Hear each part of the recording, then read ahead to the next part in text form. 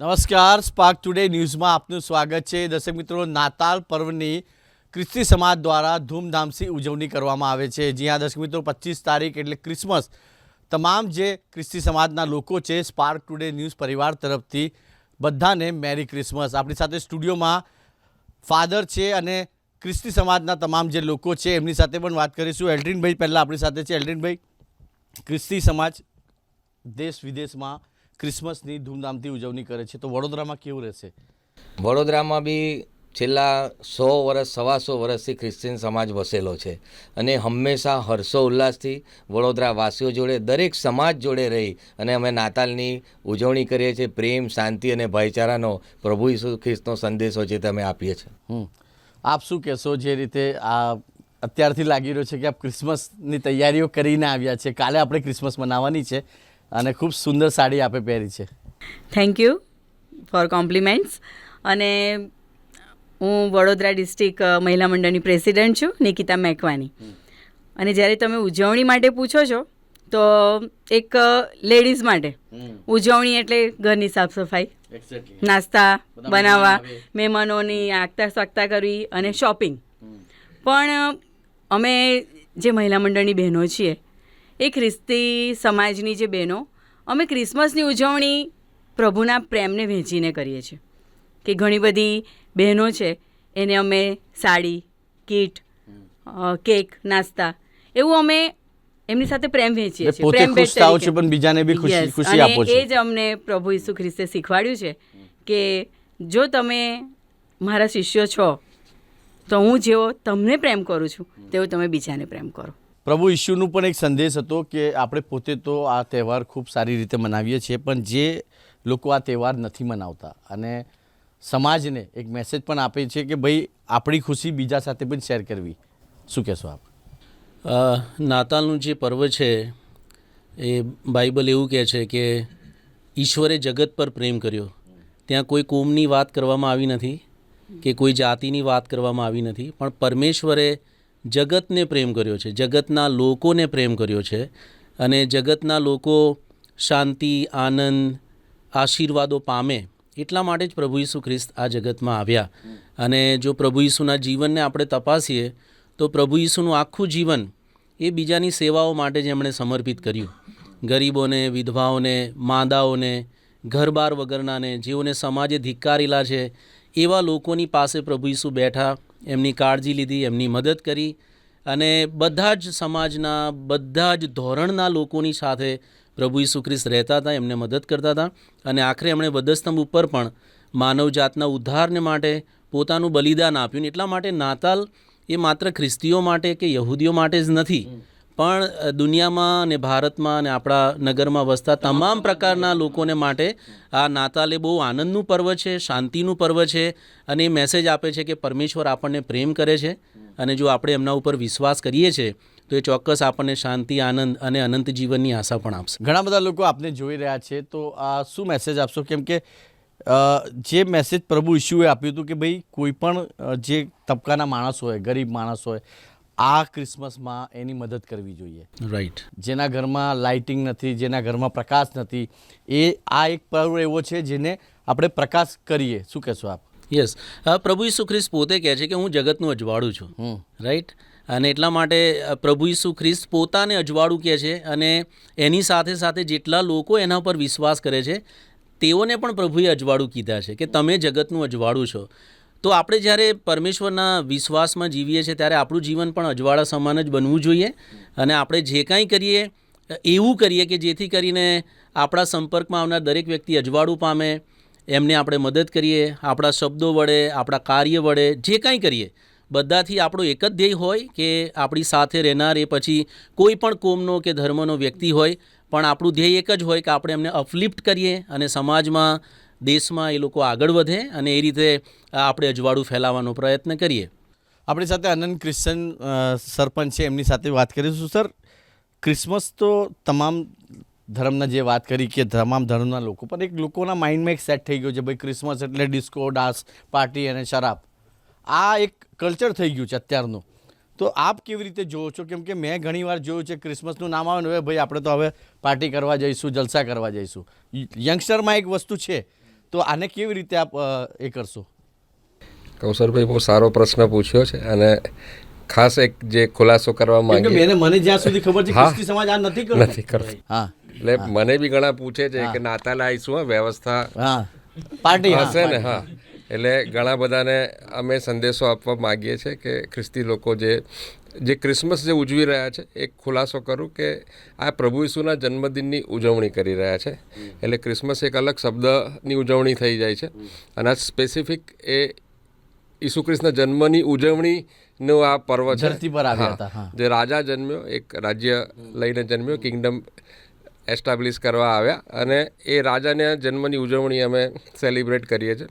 ખાવું પીવું સાહેબ ભૂલથી બી તમે કોઈ પણ અમારા આ જે બેઠા છે, અમારા મેથોડિસ્ટ જે કુટુંબો બેઠા છે, ખ્રિસ્તી કુટુંબો, અમારા ત્યાં એટલે ચર્ચમાં આપ આવશો તો એ કલ્ચર બિલકુલ નથી. અને અમે મેસેજ આપવા માગીએ છીએ કે સાહેબ એ વ્યસનની લાઈફસ્ટાઈલ જે છે, જે અત્યારે યુવકોમાં ટ્રેન્ડ બની રહ્યો છે અને પાર્ટી કરવાનું એક બહાનું જોઈએ છે, તો એક 31 અને ક્રિસમસ, પણ ક્રિસમસ અને 31 બે અમારું એક ન્યૂ યર છે અને આ એક પ્રભુ ઈસુનો જન્મ છે. એ બેની ઉજવણી અમે કરીએ છીએ અને અમે ઇન્વાઇટ કરવા માંગીએ છીએ. અમારા 25થી તે 31 સુધી નિયમિત પ્રોગ્રામ ચાલશે. આપ ચર્ચમાં આવો, મુલાકાત લો અને આપ જોઈ ઘણાને પેલો બહાર ટોળા જામ્યા હોય છે અને એમને એવું લાગે છે કે અંદર ડાન્સ થઈ રહ્યો છે અને કદાચ અંદર સેજ આપતા હશે. એ બ્રહ્મા ઘણા લાઇનમાં લાગે છે, પણ સાહેબ એવું કશું હોતું નથી. ત્યાં આગળ પ્રભુ ઈસુની આરાધના કરવામાં આવે છે. જોવાનો આપણી સાથે હાજર છે. નાતાલની વધામણીના ગીતો ગાવામાં આવે છે, કેરલ્સ ગાવામાં આવે છે અને લોકોને એકબીજાને આ શુભેચ્છા પાઠવવામાં આવે છે. તો જે રીતે વાત કરી અનંત સરે કે ક્રિસમસ અને 31 આ બંને વસ્તુ અલગ છે અને જે રીતે આ તમામ યુવાનો જે વાતો કરે છે કે ભાઈ ક્રિસમસ આવી રહી છે એટલે આપણે પાર્ટી કરીશું, આવું હોતું નહોતું.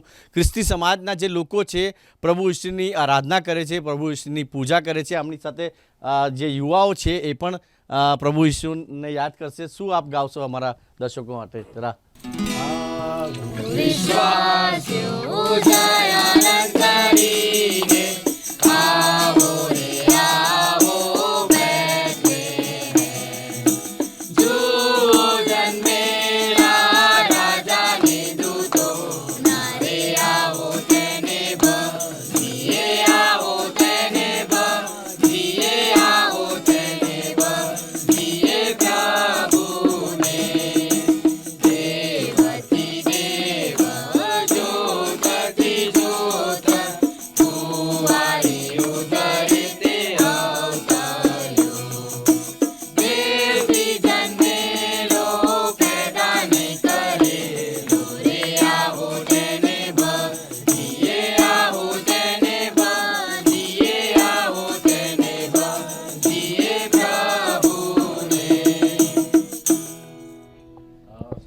સરસ પ્રભુની જે આરાધના છે એ કરવામાં આવી. અને જે રીતે એલ્ડ્રિનભાઈ મેં સાંભળ્યું છે કે ભાઈ આપણે જ્યારે ક્રિસમસ હવે તો કાલે મનાવવાના છે અને એક તમામ જે ખ્રિસ્તી સમાજના લોકો છે એકબીજાના ઘરે જાય છે, એ શું હોય છે થોડું અમારા દર્શકોને? ભારતીય સંસ્કૃતિ પ્રમાણે જ, કેમ કે 52 સાલથી પ્રભુ ઈસુના શિષ્ય હિન્દુસ્તાનમાં આવ્યા અને એ પછી જે ક્રિશ્ચિયન સમાજ આગળ વધ્યો, એટલે ભારતીય જે સંસ્કૃતિ છે એ જ સંસ્કૃતિ પ્રમાણે ક્રિશ્ચિયન સમાજ આગળ ચાલે. તહેવાર અલગ છે, એ વાત અલગ છે, પણ જેમ ભારતીયો એકબીજાને મળે છે એમ અમે બી એકબીજાને ઘેરે મળવા જઈએ છીએ. અમારા સમાજના લોકો છે, અન્ય સમાજના લોકો બી અમારા ત્યાં મળવા આવે છે, ક્રિસમસનો કેક ખાવા આવે છે, અમે મઠિયા બનાવીએ છીએ, લાડવા બનાવીએ છીએ, બધું દિવાળીમાં જે થાય છે. હા, કેમ કે ભારતીય સંસ્કૃતિમાં ને એનો અમને આનંદ છે ને અમને ગર્વ છે એક ભારતીય તરીકેને. એટલે એ જ પ્રમાણે અમારો આ આખો તહેવાર અમે ઉજવીએ છીએ હર્ષો ઉલ્લાસ સાથે. સૌથી મોટો સંદેશો પ્રેમ, શાંતિ અને પ્રભુએ જે પાપમાંથી મુક્તિ આપવાનો સંદેશ આપ્યો છે, એ સંદેશો અમે ભાઈચારાનો, મૂળ સંદેશો ભાઈચારાનો, પ્રેમ, શાંતિનો અમે લોકોને આપવા ખાસ માંગીએ છીએ. ઘરમાં કેવી તૈયારી કરો છો બેન? શું શું બનાવો છો? જે રીતે કીધું મઠિયા હોય, જે દિવાળીમાં અમે બધા લોકો બનાવીએ છીએ એ જ મઠિયા, ચોળાફળી, સુંવાળી, લાડવા, ઘૂઘરા અને ફરસાણ. તમે લોકો ચોક્કસ આવજો. કેક? હા, કેક તો હોય, જે પણ ફ્રૂટ કેક, પ્લમ કેક અને જેની પોતાની જે આવડત હોય એ પ્રમાણે કંઈક અલગ વેરાયટીઝ પણ બનાવે. અને મહેમાનો આવે એટલે આનંદથી એની બધાની સાથે વહેંચણી કરીને અમે ઉજવણી કરીએ. સર, સમાજ માટે પ્રભુ ઈશુનું શું મેસેજ હતું જે અમારા દર્શકોને કહેશો? કેમ કે સ્ટાર પણ લગાવવામાં આવે છે ઘરની આગળ, એનું શું મહત્વ હોય છે? પ્રભુ ઈસુનું જીવન એ ક્રાંતિકારી જીવન હતું. જો એમના સમયને આપણે જોઈએ તો ત્યાં ઘણા બધા એવા કુરિવાજો હતા જેમાં સ્ત્રીઓને બહુ માન આપવામાં આવતું નહોતું. ત્યાર પછી આપણે જોઈએ તો જે લોકો માંદા હોય, રોગોથી પીડાતા હોય, એમને ગામની બહાર રાખવાના અને જાણે કે એ લોકોની કોઈ ગણતરી કરવામાં ના આવે, ભેદભાવ કરવામાં. હા. અને ધર્મની અંદર પણ ઘણા બધા પ્રકારના અંધકાર હતા. પણ પ્રભુ ઈસુનું જીવન એ બધાથી કંઈક અલગ જ હતું. અને એટલે પ્રભુ ઈસુની પાસે માંદાઓ, રોગીઓ, સમાજથી તરછોડાયેલો, વ્યભિચારીઓ, પાપીઓ, જેમની સાથે કોઈ બેસવા તૈયાર ના થાય, પણ પ્રભુ ઈસુ એમની સાથે બેઠા અને એમને બતાવ્યું કે હું તમને બધાને પ્રેમ કરું છું. તો પ્રભુ ઈસુ કોઈને ધિક્કારતા નથી. એમનું જીવન જ પ્રેમનું, શાંતિનું અને બીજાને સ્વીકારવાનું જીવન હતું. અને પ્રભુ ઈસુ સ્વીકારે છે માટે જ બાઇબલ જણાવે છે કે એવા લોકોના જીવનો બદલાઈ ગયા. એ પહેલાં પાપમાં જીવતા હતા, ખરાબ જીવન હતું, પણ પ્રભુ ઈસુ એમની સાથે બેસે છે, સ્વીકારે છે, માટે એમનું જીવન બદલાઈ જાય છે. અને પ્રભુ ઈસુ આ જ આપણને શીખવાડે છે કે સમાજના દરેક પ્રકારના લોકો સાથે આપણે પ્રેમથી, ભાઈચારાથી એમની સંભાળ, કાળજી લઈને એમનું જીવન કોઈક રીતે બદલાય અને સારું જીવન જીવે એના માટેના આપણા પ્રયત્નો હોવા જોઈએ. અને પ્રભુ ઈસુએ એવું જીવન જીવીને ક્રાંતિ લાવ્યા સમાજની અંદર, વિશ્વની અંદર. અને 2024 પહેલાં ઈસુ બેથલેમની અંદર જન્મ્યા, ઇઝરાયલના એક નાના ગામમાં, પણ આજે ઈસુ અસર કરે છે. આજે ઈસુ જીવનો બદલે છે અને જે કોઈ વિશ્વાસથી એની પાસે આવે એમને એ બહુ જ આશીષ આપે છે. આનંદ સર, ઘણી વખત જ્યારે વાત થાય ક્રિસમસની અને સાંતા દાદાને કેવી રીતે બોલાય, તમારા જીવનમાં સાંતા દાદાનું શું મહત્વ છે? કેમ કે નાના બાળકો ખુશ થઈ જતા હોય અને મેં જોયું છે કે તમારા ઘરમાં તો લગભગ 15-20 દિવસ પહેલાંથી બધી તૈયારીઓ કરી દેવામાં આવે છે. શું કહેશો? સેન્ટાક્લોઝ વિશે જે અગત્યની બાબત છે કે અત્યારે લોકો સેન્ટાક્લોઝને વધારે મહત્વ આપવા માંડ્યા છે. કોઈ પણ હમણાં તમે કોઈ પણ મોલમાં જાઓ ત્યાં આગળ બધે બધી, છે. એટલે એ એક હવે કોમર્શિયલ એક્ટિવિટી ઘણી બધી થઈ ગઈ છે, પરંતુ અમારા માટે પ્રભુ ઈસુ પોતે જ એક ભેટ લાવનાર અમારા તારણહાર છે, મુક્તિદાતા છે. એ જ ખરા સેન્ટાક્લોઝ એ છે. એટલે લોકો સેન્ટાને શોધે એના કરતાં લોકોને ઈસુની વધારે જરૂર છે. એટલે સેન્ટા એ ઈસુ જ છે. એટલે ઈસુને શું કહેવાય કે લોકો શોધે અને એ ખરી ભેટ આપનાર ઈશ્વર એ છે. એટલે સેન્ટા એક સિમ્બોલ છે. પરંતુ જે સુસમાચાર જે છે કે, અને અત્યારે જે થઈ રહ્યું છે કે ઘણા લોકો ક્રિસમસમાં સેન્ટાને એટલું બધું મહત્ત્વ આપી દે છે કે ઘણા તો એને ભગવાન માનવા માંડે છે. અમુક નહીં જાણનારા વ્યક્તિ એને પગે લાગી જાય છે અને એમને એવું છે કે આ જ ભગવાન છે, આ જ ઈસુ ખ્રિસ્ત છે. પરંતુ ચોખવટ એ કરવા માગીએ છીએ કે એક સિમ્બોલ છે. ખરા અર્થમાં જે પ્રભુ ઈસુનો જન્મ છે, એટલે ઘણાને એવું છે કે સેન્ટાનો જન્મ આપણે ઉજવી રહ્યા છે, પણ સેન્ટાક્લોઝનો જન્મ નથી ઉજવી રહ્યા, પ્રભુ ઈસુનો જન્મ ઉજવી રહ્યા છે. અને સેન્ટાક્લોઝને જુઓ, આનંદ માણો, નાના બાળકો આનંદિત થાય. પણ એ રિયલ સેન્ટા જે છે પ્રભુ ઈસુ છે, જે એ દિવસે જન્મ્યા, એમની ઓળખ લોકોને થાય એ વધારે મહત્ત્વનું છે. આ પ્રોગ્રામને હવે આપણે અંતમાં લઈ જઈશું, તો શું મેસેજ આપશો સ્પાર્ક ટુડેના જે દર્શકો છે આપને લાઈવ જોઈ રહ્યા છે? Okay, thank you. તમે બહુ સરસ સમય અમને આપ્યો કે અમે નાતાલ વિશેની જે સાચી સમજ છે એ આપણા દર્શકોને આપી શકીએ. અને નાતાલ વિશે હું તમામ દર્શકોને એક આનંદના સમાચાર આપવા માગું છું. આજે આપણે ચાંદ સુધી પહોંચ્યા છે, એનો આપણને આનંદ છે. અને આપણે અન્ય ગ્રહો ઉપર પણ જઈએ છીએ અને જીવન શોધવાનો પ્રયત્ન કરીએ છીએ, કેમ કે પૃથ્વી હવે રહેવા લાયક રહી નથી. અને તેથી આપણે જીવન શોધીએ છીએ કે બીજા કોઈ પ્લાનેટમાં જીવન હોય તો આપણે ત્યાં જતા રહીએ. અને આજે ઘણા બધાએ ચાંદ પર જમીન લેવાની વાતો આપણે સાંભળીએ છીએ. પણ નાતાલ એ એવો સંદેશો આપે છે, પ્રભુ ઈસુનો જન્મ, પ્રભુ ઈસુ આકાશમાંથી આ જગતમાં આવ્યા અને એટલા માટે આવ્યા કે આપણને કહી શકે કે there is life in the space. બીજી કોઈ જગ્યા છે જ્યાં જીવન છે, એનું અસ્તિત્વ છે, જેને વિજ્ઞાનીઓ ગમે એટલી એડવાન્સ ટેકનોલોજીનો આપણે ઉપયોગ કરીએ તો પણ શોધી શકવાના નથી. કેમ કે પ્રભુ ઈસુએ એવું કીધું કે માર્ગ, સત્ય અને જીવન હું છું, અને જે મારા પર વિશ્વાસ કરશે તે ત્યાં જઈ શકશે. અને એટલા માટે પ્રભુ ઈસુ એક જ માર્ગ છે જેના પર આપણે વિશ્વાસ કરીએ. અને જે જીવનની શોધ માણસ કરે છે કે જ્યાં શાંતિ હોય, આનંદ હોય, રોગ ના હોય, દુઃખ ના હોય, મરણ ના હોય, વેદના ના હોય, અંધકાર ના હોય, તો તો એવા પ્રકારનું જીવન જો તમારે જોઈએ છે તો આ નાતાલે જન્મેલા પ્રભુ ઈસુ પર આપણે વિશ્વાસ કરવો પડશે. અને એ એટલા માટે જ આવ્યા કે આપણને તમામ પ્રકારના અંધકારથી, દૂષણોથી બચાવે અને જે શાશ્વત અને ખરું જીવન છે એ આપણને આપી શકે. એટલે તમામ દર્શક મિત્રોને મારી વિનંતી છે કે પ્રભુ ઈસુ પર વિશ્વાસ કરો, જીવન પામો, અને તમે જે જીવન શોધી રહ્યા છો પુષ્કળ પૈસા ખર્ચીને, એ જીવન માત્ર પ્રભુ ઈસુ પરના વિશ્વાસથી મળશે. બેન, શું કહેશો આપ? સાહેબની વાત બિલકુલ સાચી છે, કારણ કે પ્રભુ ઈસુ કહે છે કે માર્ગ, સત્ય અને જીવન હું છું.